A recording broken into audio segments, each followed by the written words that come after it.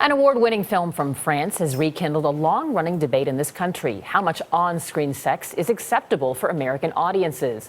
Blue is the Warmest Color is a coming-of-age story involving a teenage girl and an older woman. And yes, there is quite a bit of sex in it. New York Times film critic A.O. Scott is here to tell us more. Good morning to you. Good morning. How are you? So when we say quite a bit, we're talking about like 15-minute stretches. I mean, it's pretty racy. Well, not all that. Well, I think the longest one is about 7 minutes, but that's actually a very long time.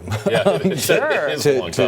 To watch these two women, and nothing is left to the imagination. But you've seen it. I've seen it, yeah, and I reviewed it, and I quite like it. I mean, I think that the explicit sex, which is certainly part of the movie and part of what the movie is trying to show about these characters, is overshadowing a little bit the virtues of the movie. I mean, it's a very realistic, very honest, and truthful portrayal of a young woman's coming of age, and with two extraordinary performances from Adele Exarchopoulos, who plays the main character, the younger of these two women, and Léa Seydoux, who plays her lover. The controversy seems to be over this NC-17 rating, which is essentially keeping an audience that might be able to relate to this film away from it.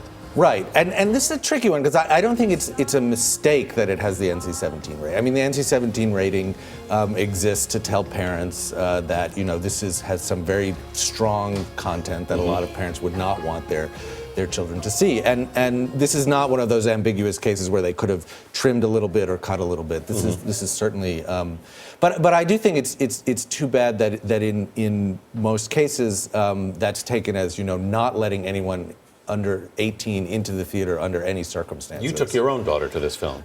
We were at a film festival together, and she saw it, and she really liked it. And again, I think the sex was maybe a little bit much or a little bit uncomfortable, but the whole story and the emotional arc of the story and the way that the main character in particular is someone who young people, in particular young women, can I think really relate to, because she's not only falling in love, but she's dealing with peer pressure, with her parents, with school, with what she wants to do when she grows up. So it's a very rich and full portrait of her and of her daily life. It's interesting that in France, this movie had a 12 rating, which I'm told is like a PG-13. Pretty much. I mean, it means the numbers in France are the sort of the minimum age. So no one under 12 can see the movie in France, but anyone over 12 can. We should mention that the watchdog group Parents Television Council has criticized, particularly a theater here in New York that's allowing anyone to see this film, and said whether a child should view explicit sexual content is a decision best left to parents and families,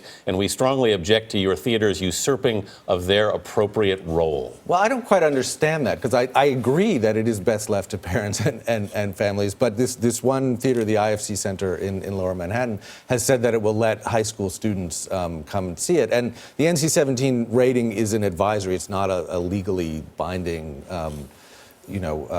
restriction. But I think, I'm not saying that every parent has to make up their own mind.